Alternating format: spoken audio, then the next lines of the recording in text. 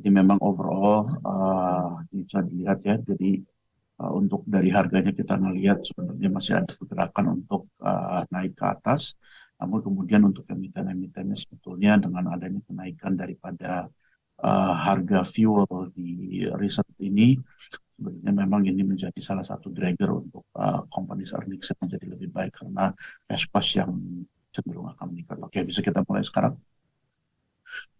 Nah, jadi memang kalau dari segi demand ya, ini kita melihat dinamika di Cina ini sebenarnya untuk Juli produksi di Cina ini masih agak sedikit turun ya, secara month ke level 6,3% menjadi 377,5 juta ton. Jadi memang ini alasannya masih sama, yaitu dengan Cina yang meningkatkan mining safety inspection ya.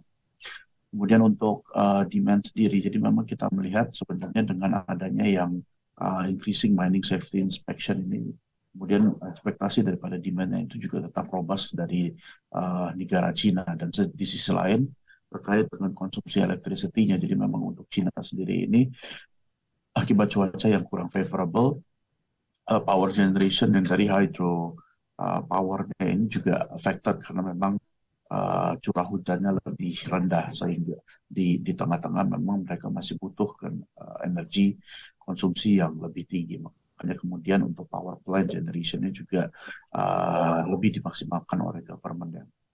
Sehingga memang overall dengan dinamika tersebut China juga kita expect masih cukup robust untuk demand terhadap batu bara baik itu dari Australia, Rusia ataupun dari Indonesia sendiri. Next.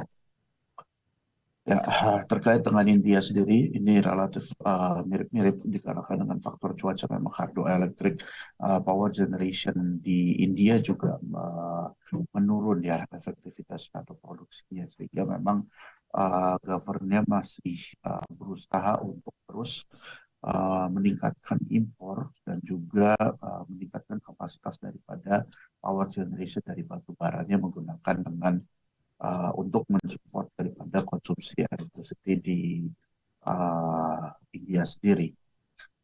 Next. Kemudian kita melihat salah satu perkembangan terbaru dari Vietnam. Jadi memang untuk demand-nya ini kita melihat berkenaan dengan inisiasi daripada pemerintah Vietnam yang akan meningkatkan jumlah daripada power plant batubaranya. Ini akan men-trigger demand terhadap batubara impornya mereka, karena memang untuk dari 2030 sampai dengan 2030 dari pemerintahnya juga memproyeksikan ada sekitar kebutuhan batubara additional sekitar 41 sampai dengan 47 juta ton sampai dengan 2030, dan sampai dengan 2035 ini masih akan terus naik seiring dengan menambahnya kapasitas daripada power plant mereka yang di-generate dari batubara sekitar 85 juta ton. Sehingga ini menjadi salah satu faktor jangka panjang yang cukup baik terkait dengan demand batubara Indonesia sebagai salah satu trading partner ke Vietnam terkait dengan batubara. Next.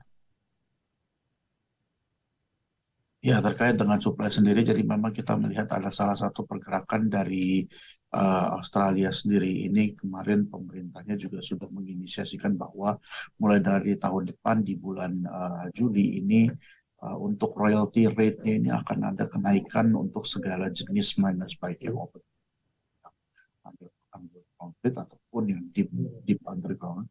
Ini menjadi 2,6 percentage point increase dari yang tadinya bisa dilihat di tabel ini ya. Jadi memang dengan adanya increase ini kita mengekspektasikan bahwa kedepannya supply akan relatif lebih sluggish karena memang royalty rate yang dinaikkan yang cukup signifikan yaitu 2,6 percentage point tadi.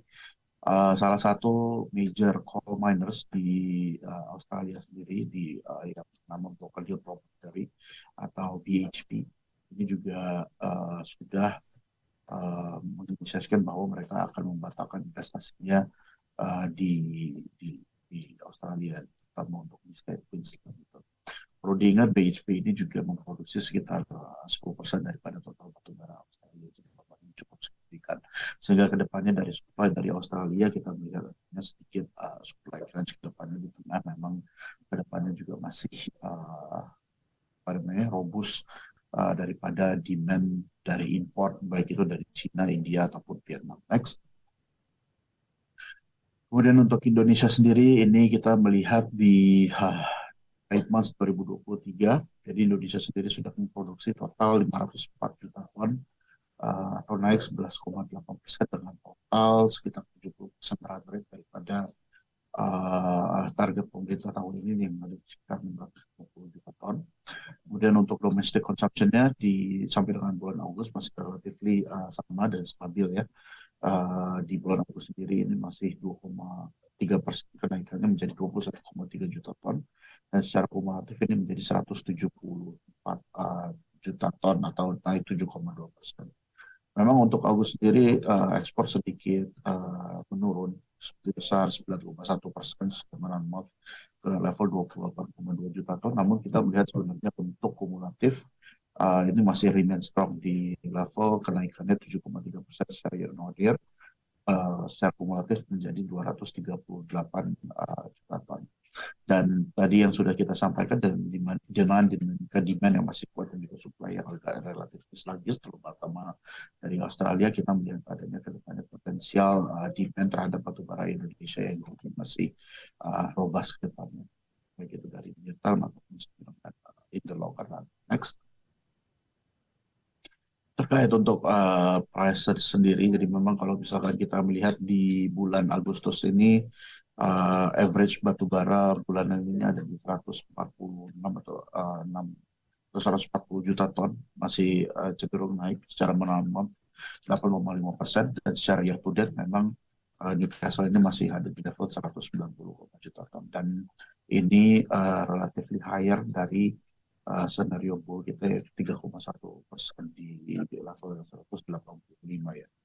Jadi memang untuk in the near term ini kita mengantisipasi bahwa harga batu baranya sendiri masih akan relatively remain elevated, karena memang sentimennya juga masih cukup kencang ya terkait dengan yang kemarin juga Australianya dari Newcastle sendiri, karena yang menaikkan royalty rate atas dasar supply crunch ke depannya, termasuk dari yang tadi tentang BHP yang sudah kita sampaikan.